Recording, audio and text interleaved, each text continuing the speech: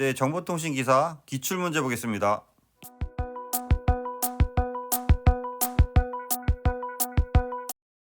좀 더 많은 자료를 원하시는 분은 보시는 카페에 오시면 체계적으로 자료가 정리되어 있습니다. 네, 안녕하세요. 이번 시간은 시작하겠습니다. 통신이론, 기본이론의 TDM, 타임 디비전 멀티플렉싱에 대해서 보겠습니다. 기출 유형을 보면 공통선 신호 방식은 별도의 신호 전송 채널을 통해 신호 정보를 다중화하여 고속으로 전송하는 방식이다. 공통성 신호 방식에 대해서 얘기하고 있죠. 우리가 이거를 넘버 7 신호 방식이라고도 하죠. 이때 사용되는 다중화 방식은 무엇인가? 당연히 이거는 TDM 방식이 되겠죠. TDM은 시간을 타임 디비전 하는 거서 타임 슬롯으로 기본 단위로 하고 송소신하고 이것을 프레임으로 모아서 모아진 데이터를 통신 채널로 특정 슬롯에 배정해서 보내는 방식이 되겠죠. TDM은 STDM이라고도 하고 반대 개념이 ATM 방식이 있습니다.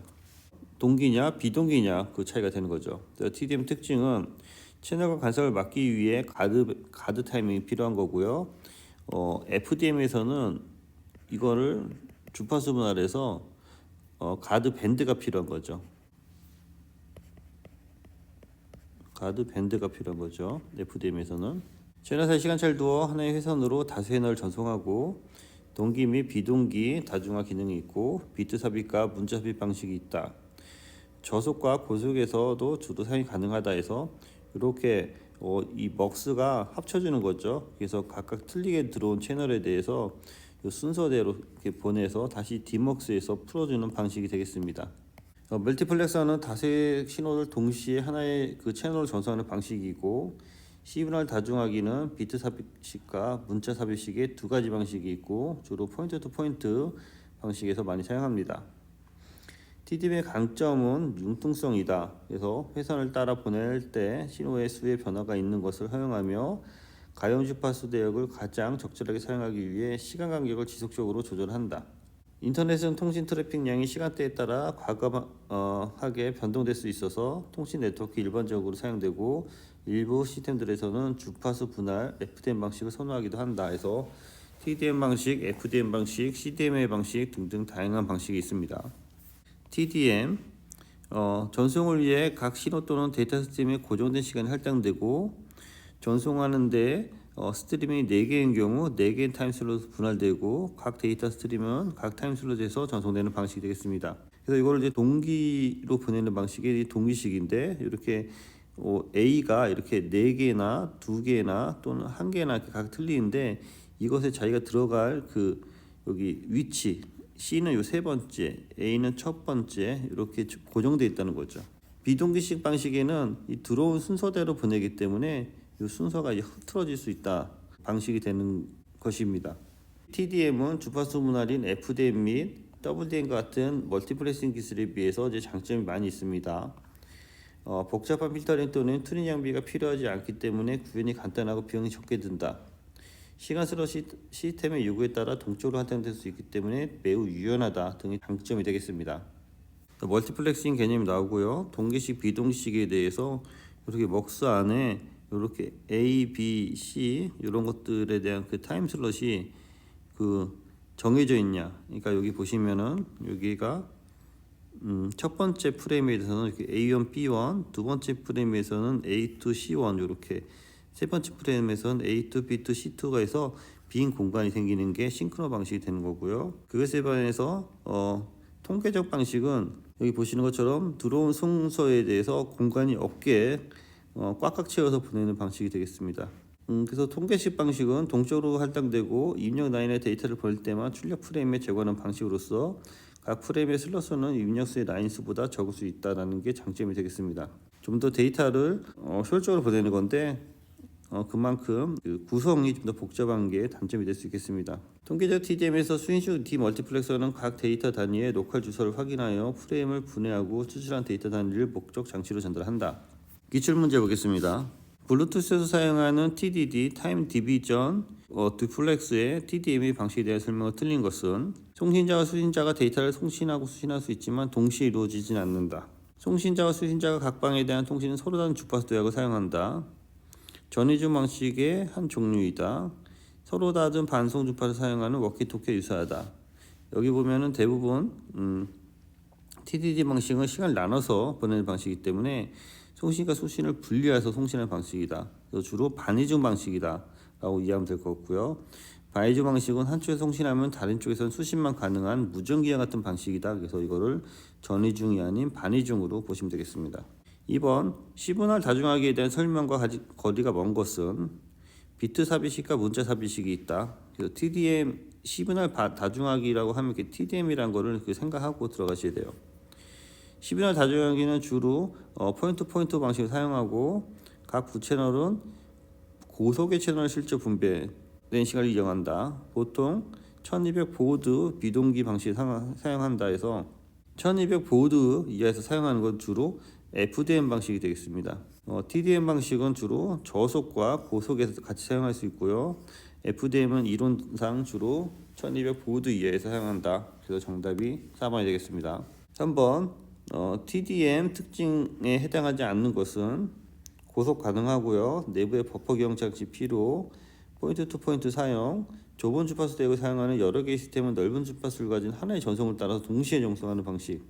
4번은 FDM 방식에 대한 설명을 해서 그걸 FDM 방식으로 해서 좁은 주파수 대역을 여러 개의 넓은 주파수에서 모아서 보내는 거 그걸 FDM이라고 보시면 되겠습니다. 통신원의 주파수 대역을 여러 개의 독립된 저속 채널로 나눠서 하나의 선을 여러 단말에 동시에 사용하는 방식이 FDM. TDM은 전송로의 데이터 전송 시간을 일정 간으로 나누어서 각 부채널이 하나의 고속 통신 채널을 이용하여 전송하는 방식이 되겠습니다.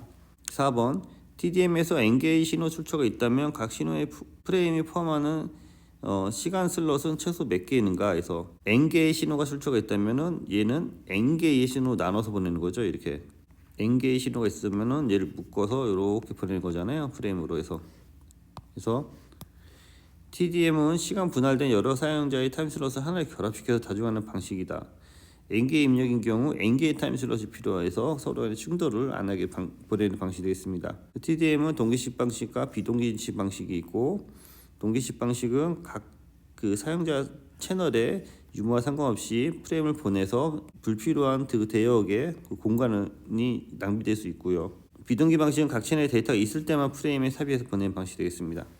5번 TDM을 사용하여 5개의 채널을 다중화하고 5개 채널이죠. 총 각 채널에 100바이트/세컨 속도로 전송하고 각 채널마다 2바이트씩 다중화하는 경우 초당 전송하는데 프레임 수와 비트 전송률은 얼마가 되는가 해서 이렇게 크게 100바이트를 초당 100바이트를 보내는 거죠. 1초당 100바이트를 보낸다. 그래서 이것이 TDM을 사용하여 5개의 채널로 보내고 이것이 이 100바이트가 각 채널마다 이 채널이 이런 식으로 채널이 형성되는데 채널이 2바이트를 먹는다는 거죠. 그러면 이거는 전체 2바이트를 100으로 나누면 50개의 프레임 형성이 되는 거죠.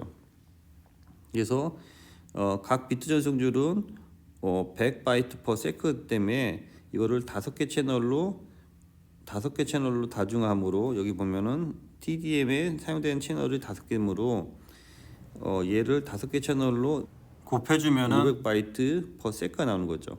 그래서 이거를 비트로 바꿔주면은 곱하기 8을 해주기 때문에 4000 bps가 나오는 거고요. 4000 bps. 그래서 아까 2바이트를 100바이트로 나눠야 되기 때문에 50개의 프레임이 형성해야 한다. 그래서 정답을 2번으로 잡아주셔야 됩니다. 6번 데이터 통신 다중화 기법 중 TDM에 대한 설명이 틀린 것은 망동기 필요하겠죠. 수신 시 비트 및 프레임 동기가 필요하고 임대 채널 간의 간섭을 줄이기 보호 대역이 필요하다. 이건 FDM 방식이 되겠죠. 데이터의 프레임 구성 시 필요한 오버헤드가 커서 데이터 전송 효율이 떨어질 수 있죠. 7번 정보통신망을 구성할 때 2개 이상 다수의 단말기가 하나의 통신회선에 연결되어 정보 송출하는 방식. 그래서 이거를 그림을 그려서 보면은 2개의 다수의 단말기가 하나의 통신회선을 이용한다. 이렇게 하나의 통신회선을 이용해서 송수신한다. 여기 송신도 하고 수신도 한다. 그래서 여기 보면은 마치 이게 먹수처럼 동작을 하는 거죠.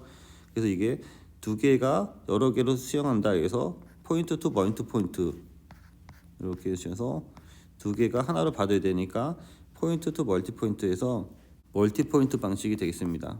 8번 TDM 방식으로 틀린 것은 주파수 대역폭을 작은 대역폭으로 나눠 사용한다. 주파수랑 상관이 없어. TDM은 이거 FDM하고 상관 있죠. 2번 동기 및 비동기 비트 삽입과 문자 삽입 멀티포인트 시스템에 적합하다. 다 앞에서 한 겁니다. 9번 시분할 다중화 방식에서 채널 간의 간섭을 방지하기 위해 사용하는 시간 간격을 무엇이라고 하는가? 그래서 당연히 가드 타임이라고 하죠. 가드 밴드는 FDM 방식이 되겠습니다. FDM 방식이 되겠습니다. 이거는 당연히 TDM 방식이 되는 거고요. 10번 TDM 다중화에 대한 설명으로 거리가 먼 것은 정적인 연결 방식을 사용한다. 저속의 부채널 속도 합계와 고속 채널의 속도가 같다. 직렬 전송을 위한 장비에 적용할 수 있다. 이동통신은 주로 CDMA 방식을 우리나라에서 많이 사용하고 있고요. 또는 FDMA 방식을 좀 더 선호하고 있죠. 위성통신에서도. 그래서 정답이 4번이 되겠죠. 11번 수신식 TDM 수신기에 대한 설명으로 옳지 않은 것은 여기 보면 PCM 과정에서 로페스 비타 표본화 양자와 부호와 복호와 신장 요걸 그 개념을 갖고 계시고요. 수신 측에서 표본화기인 디커뮬레이터는 수신 신호의 동기가 되어야 한다. 저역 통과 필터 로페스 필터죠. PM 샘플로부터 아날로그 신호를 제공하는 데 사용된다. 채널 필터링이 양호하지 않은 경우 실무용 간 ISI 간섭이 발생할 수 있다. 비트 동기와 프레임 동기를 완벽하게 유지하여 심벌 간 간섭을 방지할 수 있다. TDM 방식은 주로 이런 그 간섭이 발생할 수 있는 게 문제가 되는 거죠. 그래서 내부의 환경에 의해서 ISI가 발생할 수 있기 때문에 정답을 4번으로 잡으셔야 되겠습니다. 12번 실제로 데이터를 전송해야 하는 단말에게만 시간폭을 할당하여 소프트웨어적으로 시간폭 배정이 가능한 지능형 다중화 방식을 여기 보면은 비동기식 어싱크로너스 TDM이라고 우리가 했죠. 여기 보면 싱크로너스는 이렇게 빈 공간이 생길 수 있지만 어싱크로너스는 빈 공간 없이 꽉 채서 보내는 방식이다. 그래서 슬롯은 동쪽으로 할당되고 입력 라인에서 데이터를 보낼 때만 출력의 프레임의 슬롯이 형성이 되고 각 프레임의 슬롯 수는 입력 라인의 수보다는 적다라는 게 특징이 되겠습니다. 이 그림 참조하시기 바랍니다. 네, 수고했습니다.